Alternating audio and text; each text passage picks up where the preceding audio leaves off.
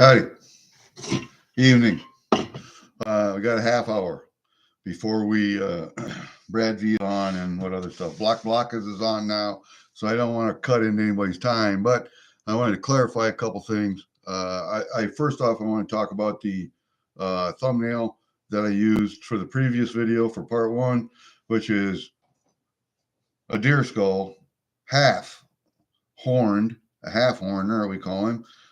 That is probably the most perfect 8-point deer I think I've ever seen if both sides of his horns would have been on.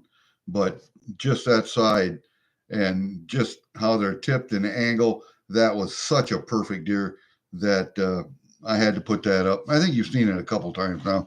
And then the one before that, the video I did a couple days ago, that had an axe and was on a door actually.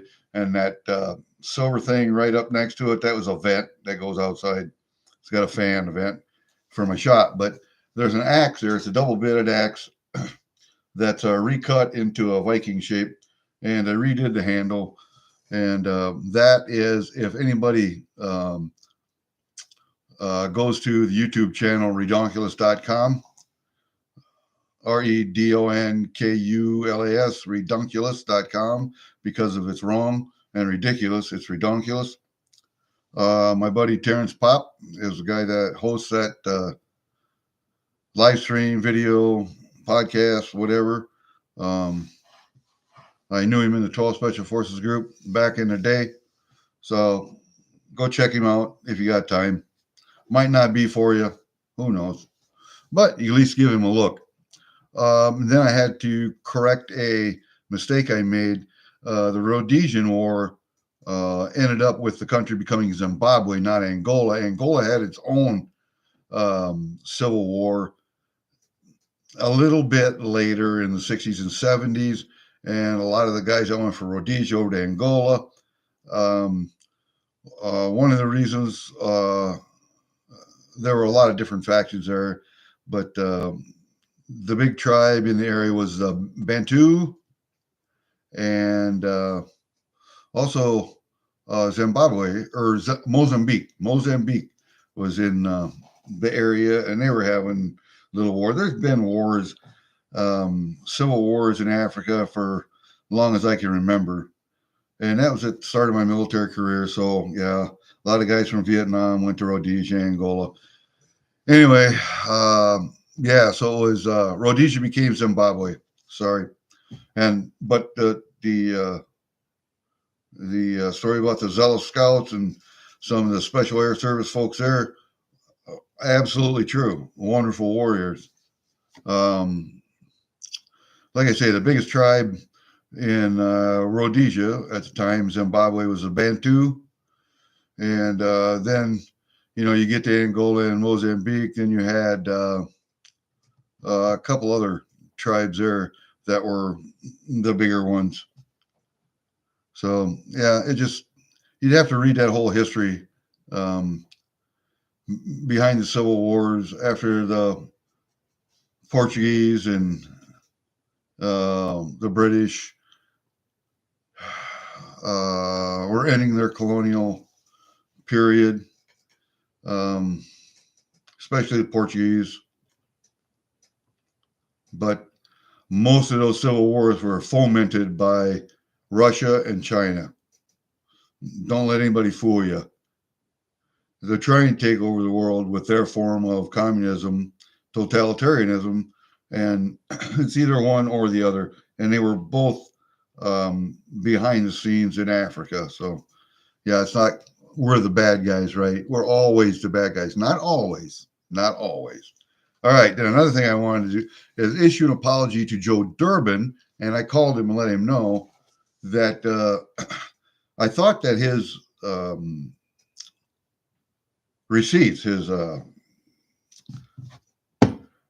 the end of the auctions weren't coming through to my email.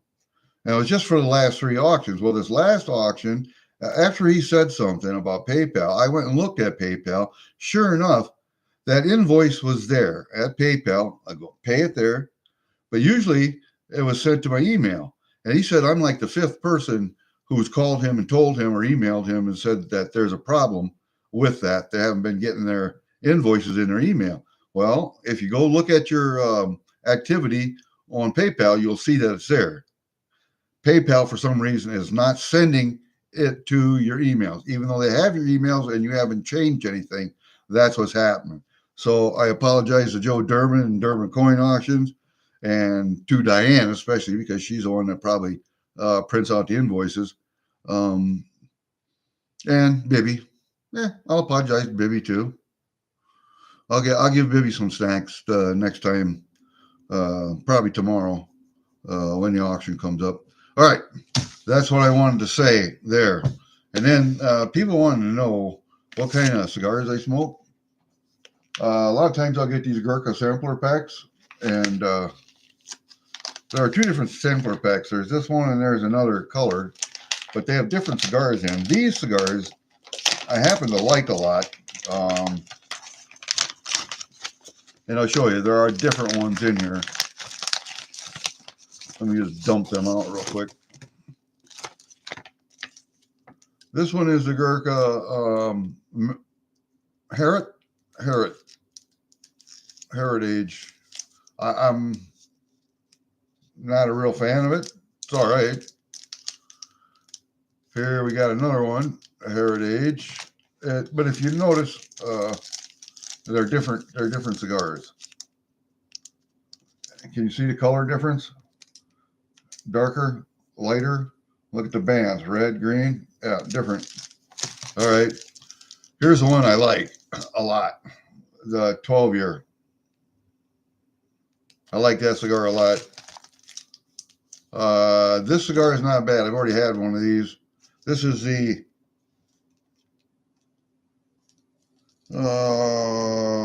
Royal Challenge. That's a good one. I like that one. And this one is Pure Evil.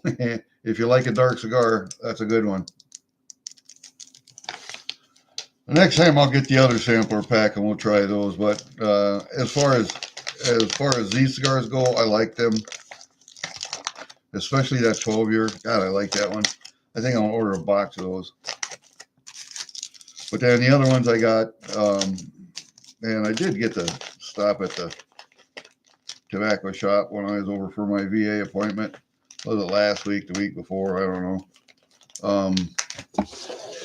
I got a box of these, the Deadwood Tobacco Company. And I think I've given a couple of these boxes, the Fat Bottom Betty and the Sweet Jane by Deadwood Tobacco Company. I've given them to a friend of mine, ex-military, that he wanted to do something with the artwork on them. And the artwork is just wonderful. But I think Jenna would like these. So I might send Jenna a couple boxes and see if she would like them. As you can see, I've been smoking the cigars. Matter of fact, I had another half of one tonight. I don't smoke them all, generally all at once. I'll smoke half, let it set for a day, go out and smoke it again the next night. But that's the hallmark of a good cigar, is that you put it down, it goes out immediately. Well, not immediately, but if you haven't puffed on it for a while, it will go out and it'll save itself. It won't burn down. And then you could just dash off it the next day and relight it, and you're good to go. And Gurkhas and these cigars from Deadwood Tobacco Company, good cigars. Yes, good cigars. Not cheap. This box, that sampler pack, like $260, so not bad. Next time I'll get some Fat Bottom Betties. And I did not know that Sweet Janes come in two different sizes. They have that size, and there's a little bit bigger size, a little bit bigger round. And Fat Bottom Betties are like the big Sweet Baby Janes, but they're just a little bit different taste. The Sweet Janes, Sweet Baby Janes are a sweet taste when you fire them up. And they're a pretty good cigar all the way through. Kind of reminds you of a Swisher Sweet, not as sweet, but a better cigar, a lot better cigar. So there you go. That's what we got. I don't think I had anything else for you. I think that was it for tonight. So I don't want to stomp on anybody's toes, so I'm going to let this one go. I just wanted to mention those three things. And I think that's it. We'll see you.